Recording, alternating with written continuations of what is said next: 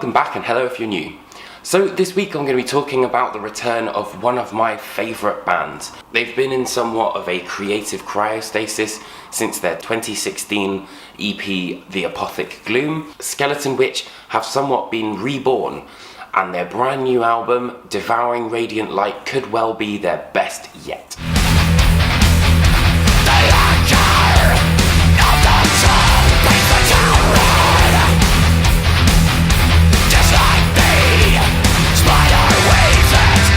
From the off, you can tell that this is not necessarily the Skeletonwitch we've all come to know, and that is not necessarily a bad thing. First of all, let me just put this into perspective. Skeletonwitch are very much in the world of black metal, heavy metal, and a bit of thrash metal, but particularly on Devouring Radiant Light, it's this black metal aesthetic that they're exploring, for sure. Now, one of the things that is kind of characterized by Devouring Radiant Light, the album, and also this track in particular, are these sad melodies that the band kind of employ. The introduction of Fen of Shadows, for example, has got this real melancholic atmosphere to it, as well as a reprise later on in the track.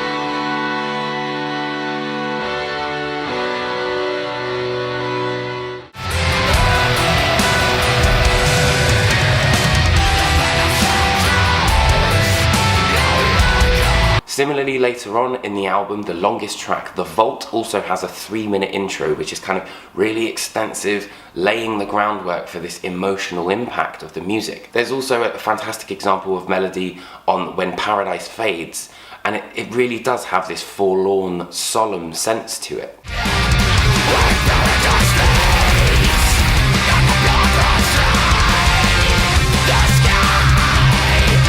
Obviously, one of the biggest dynamics of their new sound is, this layering of drums. For example, again, going back to Fen of Shadows, there's a slow section where it kind of builds somewhat with the cymbals, and there's also different elements of the drum kit itself. So, for example, the use of double kick pedal that kind of comes in and slowly builds tension throughout the song.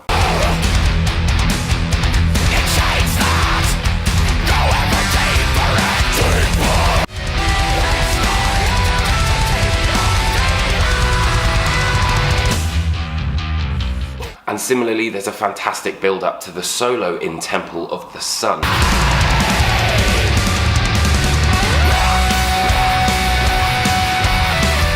And it really creates this element of dynamism in the band that I feel was definitely there, but maybe wasn't quite being explored enough. There are also some incredible guitar solos on the album, which you can hear on Fen of Shadows, as well as Temple of the Sun. But overall, they're not kind of like, the quick, speedy guitar solos. They're quite slow, quite forlorn. It's definitely got an element of doom about it, if anything.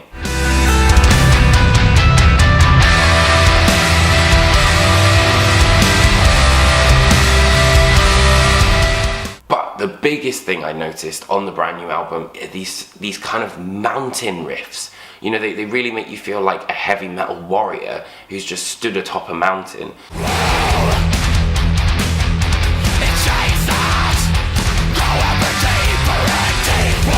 Similarly, in the title track, Devouring Radiant Light, which is potentially one of my favourite tracks on the album, again, you've got this sense of of vanquish and kind of like really victorious idea behind it. And again, The Luminous Sky, although it's kind of a shorter song, has got a fantastic opening riff. They do save the best for last with Sacred Soil, that has got this massive harmony sort of hook, and it really, really does make you feel like, you've won a battle. However, having said this, there are some classic Skeletonwitch elements. For example, on When Paradise Fades, you've got that classic sort of triplet style riff and very thrashy that they've been known for.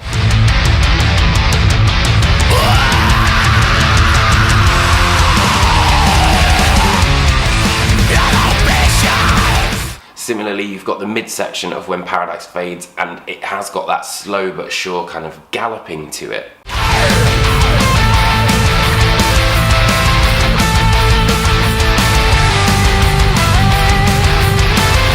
And again, you can see this on Carnarian Eternal, which may well be the fastest Skeletonwitch track on the album. Classic Skeletonwitch thrash. You know, I'm talking like Breathing the Fire era sort of stuff. But as I had mentioned, you know, this is a very, very black metal influenced album, from the drums, from the vocal delivery, even from the guitar melodies. And Fen of Shadows is a prime example of that. You can hear in this section that it just sounds like pitch black, abyssal black metal.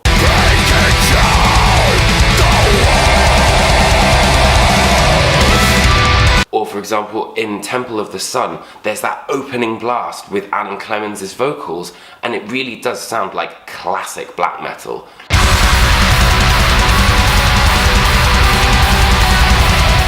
Which is kind of cool. I really like that about the album, because I feel that this is the most mature release that Skeletonwitch have put forward. You know, the album works on a sense of build-up, as I mentioned before, with the drums, and there's a fantastic section on Fen of Shadows just before this guitar solo where it really builds up. And in the vault, you know, again, these longer, more progressive songs, I feel suit Skeletonwitch just as much as their fast thrashy ones. It also has to be said that Adam Clemens' performance on this album is absolutely spectacular. I think that he's got a real dynamic range between the real highs and the real lows, and brings a totally different aesthetic to the band.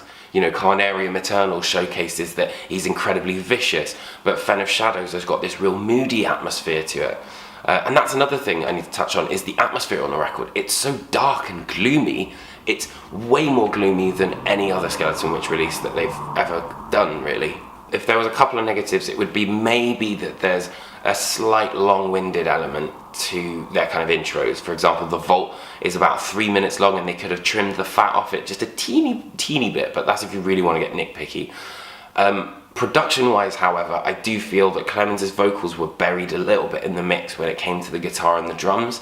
I love the production, but I just feel that it would have been better if he would have just slightly higher in it, that's all. In terms of the artwork, I really, really love the artwork. I like this idea of, you know, the kind of abstract hood. You know, it could be death, it could be quite fantasy, you know, because in the past, Skeletonwitch have always had these quite fantastical themes, but it also ties in with the album cover previous, on the Apothic Gloom, with that sort of, you know, the Reaper style hood.